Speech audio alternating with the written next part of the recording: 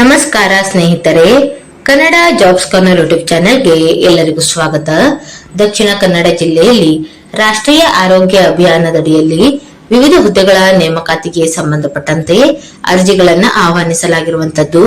ಇನ್ನು ಯಾವ್ಯಾವ ಹುದ್ದೆಗಳಿವೆ, ಎಷ್ಟೆಷ್ಟು ಹುದ್ದೆಗಳು ಖಾಲಿ ಇರುವಂತದ್ದು, ಏಜ್ ಲಿಮಿಟ್, ಎಜುಕೇಶನಲ್ ಕ್ವಾಲಿಫಿಕೇಶನ್ ಹಾಗೂ ಸೆಲೆಕ್ಷನ್ ಪ್ರೊಸೀಜರ್ ಬಗ್ಗೆ ಈ ಒಂದು ವಿಡಿಯೋದಲ್ಲಿ ಮುಂದೆ ನೋಡ್ತಾ ಹೋಗೋಣ. ನಮ್ಮ ಚಾನೆಲ್ ಅನ್ನ ಯಾರಾದ್ರೂ ಹೊಸದಾಗಿ ನೋಡ್ತಾ ಇದ್ರೆ ಸಬ್ಸ್ಕ್ರೈಬ್ ಮಾಡಿ ಹಾಗೂ ಪಕ್ಕದಲ್ಲೇ ಇರುವಂತಹ ಬೆಲ್ ಬಟನ್ ಅನ್ನ ಕ್ಲಿಕ್ ಮಾಡಿ.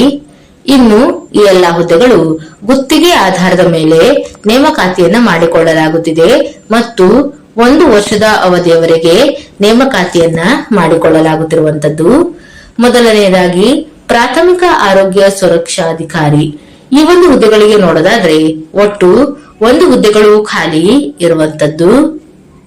ವಿದ್ಯಾರ್ಥಿಯ ಬಗ್ಗೆ ನೋಡ್ತಾ ಹೋಗೋದಾದ್ರೆ ಕಿರಿಯ ಮಹಿಳಾ ಆರೋಗ್ಯ ಸಹಾಯಕಿ ತರಬೇತಿಯನ್ನ ಕರ್ನಾಟಕ ಸರ್ಕಾರದ ಮಾನ್ಯತೆ ಪಡೆದಂತ ಸಂಸ್ಥೆಯಿಂದ ಪಡೆದಿರಬೇಕು ಮತ್ತು ಕರ್ನಾಟಕ ನರ್ಸಿಂಗ್ ಕೌನ್ಸಿಲ್ ನಲ್ಲಿ ನೋಂದಣಿಯಾಗಿರಬೇಕು.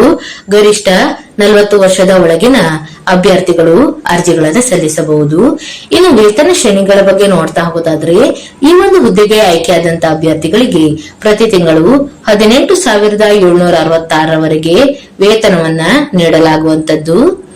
ಇನ್ನು ಫಾರ್ಮಾಸಿಸ್ಟ್ ಈ ಒಂದು ಹುದ್ದೆಗೆ ನೋಡ್ತಾ ಹೋಗೋದಾದ್ರೆ ಒಟ್ಟು 2 ಹುದ್ದೆಗಳು ಖಾಲಿ ಇರುವಂತದ್ದು.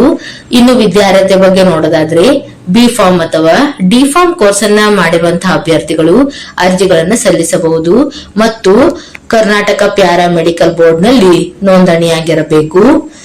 ಇನ್ನು ವೇತನ ಶ್ರೇಣಿಗಳ ಬಗ್ಗೆ ನೋಡ್ತಾ ಹೋಗೋದಾದ್ರೆ ಕಸಬಾ ಬೇಂದ್ರೆ ಈ ಒಂದು ಪ್ರಾಥಮಿಕ ಆರೋಗ್ಯ ಕೇಂದ್ರದಲ್ಲಿ ಕರ್ತವ್ಯ ನಿರ್ವಹಿಸುವಂತಹ ಅಭ್ಯರ್ಥಿಗಳಿಗೆ ಪ್ರತಿ ತಿಂಗಳು 18,940 ರವರೆಗೆ ವೇತನವನ್ನ ನೀಡಲಾಗುವಂತದ್ದು.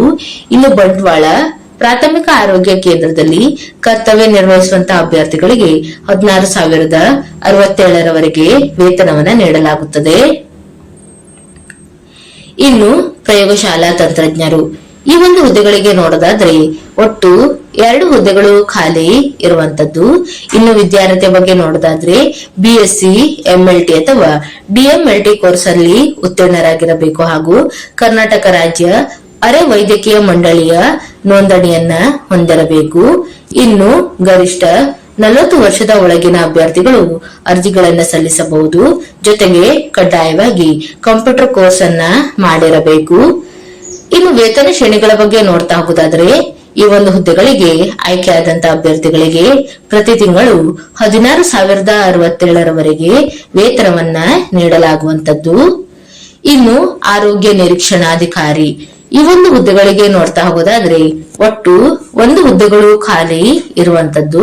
ಇನ್ನು ವೇತನ ಶ್ರೇಣಿ ಬಗ್ಗೆ ನೋಡೋದಾದ್ರೆ ಎಸ್ಎಸ್ಸಿ ಅನ್ನ ಪೂರ್ಣಗೊಳಿಸಿರುವಂತಹ ಅಭ್ಯರ್ಥಿಗಳು ಅರ್ಜಿಗಳನ್ನು ಸಲ್ಲಿಸಬಹುದು ಮತ್ತು ಕರ್ನಾಟಕ ರಾಜ್ಯದ ಆರೋಗ್ಯ ಮತ್ತು ಕುಟುಂಬ ಕಲ್ಯಾಣ ಇಲಾಖೆಯಿಂದ ವಿವಿಧೋದ್ದೇಶ ಮೂಲ ಆರೋಗ್ಯ ಕಾರ್ಯಕರ್ತರ ತರಬೇತಿಯನ್ನ ಪಡೆದಿರಬೇಕು ಹಾಗೂ ಇನ್ನುಳಿದಂತ ವಿದ್ಯಾರ್ಥಿಯ ಬಗ್ಗೆಯೂ ಸಹ ಇಲ್ಲಿ ನೋಟಿಫಿಕೇಶನ್ ಅಲ್ಲಿ ಮಾಹಿತಿಯನ್ನ ನೀಡಲಾಗಿರುವಂತದ್ದು.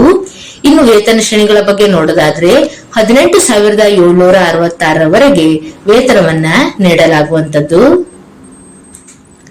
ಇನ್ನು ಅರ್ಜಿಯನ್ನ ಸಲ್ಲಿಸುವಂತ ವಿಧಾನದ ಬಗ್ಗೆ ನೋಡೋದಾದ್ರೆ ಅಭ್ಯರ್ಥಿಗಳು www.dkhfw.in ಈ ಒಂದು ವೆಬ್ಸೈಟ್ ನ ಮೂಲಕ ಅಪ್ಲಿಕೇಶನ್ ಫಾರ್ಮ್ ಅನ್ನ ಡೌನ್ಲೋಡ್ ಮಾಡಿಕೊಂಡು ಅಪ್ಲಿಕೇಶನ್ ಫಾರ್ಮ್ ಅನ್ನ ಭರ್ತಿ ಮಾಡಿ ಅದರ ಜೊತೆಗೆ ಸಂಬಂಧಪಟ್ಟಂತಹ ಎಲ್ಲಾ ದಾಖಲಾತಿಗಳನ್ನ ಲಗತ್ತಿಸಿ ಜುಲೈ 20 ಸಂಜೆ 3 ಗಂಟೆಯ ಒಳಗೆ ಕಚೇರಿಗೆ ಸಲ್ಲಿಸುವಂತೆ ತಲುಪಿಸಬೇಕಾಗಿರುತ್ತದೆ. ಇನ್ನು ಆಸಕ್ತ ಮತ್ತು ಅರ್ಹ ಅಭ್ಯರ್ಥಿಗಳು ಈ ಒಂದು ಹುದ್ದೆಗಳಿಗೆ ಅರ್ಜಿಗಳನ್ನು ಸಲ್ಲಿಸಬಹುದು. ಇವಿಷ್ಟು ದಕ್ಷಿಣ ಕನ್ನಡ ಜಿಲ್ಲೆಯಲ್ಲಿ ಕರೆಯಲಾದಂತಹ ವಿವಿಧ ಹುದ್ದೆಗಳ ನೇಮಕಾತಿಗೆ ಸಂಬಂಧಪಟ್ಟಂತಹ ಮಾಹಿತಿಯಾಗಿರುತ್ತದೆ. ಈ ಒಂದು ವಿಡಿಯೋ ನಿಮಗೆ ಇಷ್ಟವಾಗಿದ್ದಲ್ಲಿ ಒಂದು ಲೈಕ್ ಮಾಡಿ, ಶೇರ್ ಮಾಡಿ ಹಾಗೂ ಸಬ್ಸ್ಕ್ರೈಬ್ ಮಾಡಿ. ಜೊತೆಗೆ ಪಕ್ಕದಲ್ಲಿ ಇರುವಂತಹ ಬೆಲ್ ಬಟನ್ ಅನ್ನ ಕ್ಲಿಕ್ ಮಾಡಿ.